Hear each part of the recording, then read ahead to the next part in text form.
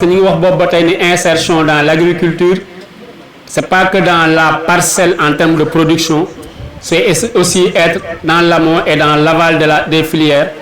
ñu am Ibrahima bon xam nañ ko bu baax mu jege moom Casamance en tant que jululu moom mu am initiative boo xamante ni ci élevage la chair, donc tout ce qui est race locale, race améliorée. C'est important parce que d'habitude bu ñu nee Casamance rek la plupart on réfléchit toujours verger et autres.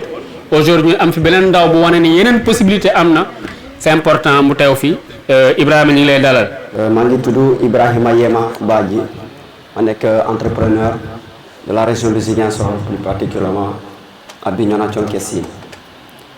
Man sama initiative c'est juste par rapport à l'élevage de cerf et les poulets améliorés. Mais yemuñu ci ñu ngi def arboriculture, maraîchage et autres, mais fii élevage lañ ma sant pour mu wax. Alors j'ai fait 3 ans de formation en ressources humaines à l'ISM de Ziguinchor, mooy Institut supérieur de management. J'ai 33 ans. damay wax ci étape grandes étapes de réalisation bu ma def par rapport à l'élevage. Cela veut dire il y a quelques étapes yu may signé mooy par exemple l'étude du marché, c'est quelque chose de confort yu ñu war a def. bu ñu jógee ci étude du marché il y a le choix des sites. Le choix des sites boo jógee ci choix des sites on a aussi la construction des infrastructures. boo jógee ci loolu mooy ñu dem ci acquisition des sujets. Après cela maintenant la gestion sanitaire et pour terminer par la commercialisation.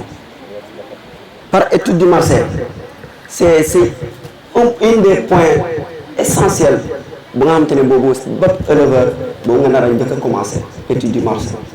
boo ko defoon yarin bi du am njëriñ parce que mën nga yar à bout du cycle doo am fu nga koy jaayee.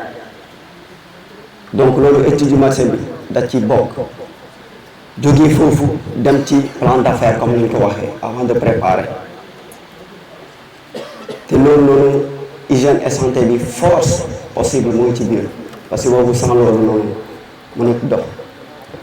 comme ni ñu ko waxee période bi ni bu ñu nekk nii y a énormément de pertes parce que période diggante février ba mars avril loolu en temps de floraison day andi feebar. Donc feebar yooyu noonu day bokk ci conséquences éleveurs par rapport aux pertes. Voilà man nag chaque bande 250 lay dugal de chaque bande 250 poulets de cerf sans compter les races améliorées. am naa pintade am naa naat am naa dinde am naa lapin am naa voilà y en a tellement donc yooyu yëpp da ciy bokk ci sama élevage.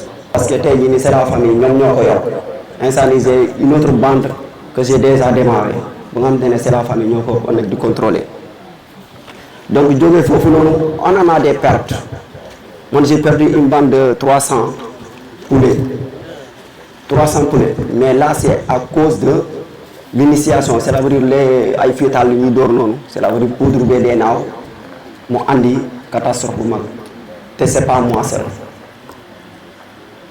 Ok jógee ci loolu ma am financement bu Agri Jeunes là c'est grâce à l'intervention du CNCR moo ci jàpp à hauteur de 750 000 et loolu noonu ci apport bi ñu ñooy joxe apport bi c'est à hauteur de 83, c'est les 5% du budget. jógee foofu nekk point focal bu Saloma qui avait aussi contribué beaucoup pour nous et que j'accompagne pas mal de jeunes, plus d'une 500 jeunes que j'accompagne par rapport au plan d'affaires et aussi peut-être au suivi sanitaire et même dans l'élevage et les formations.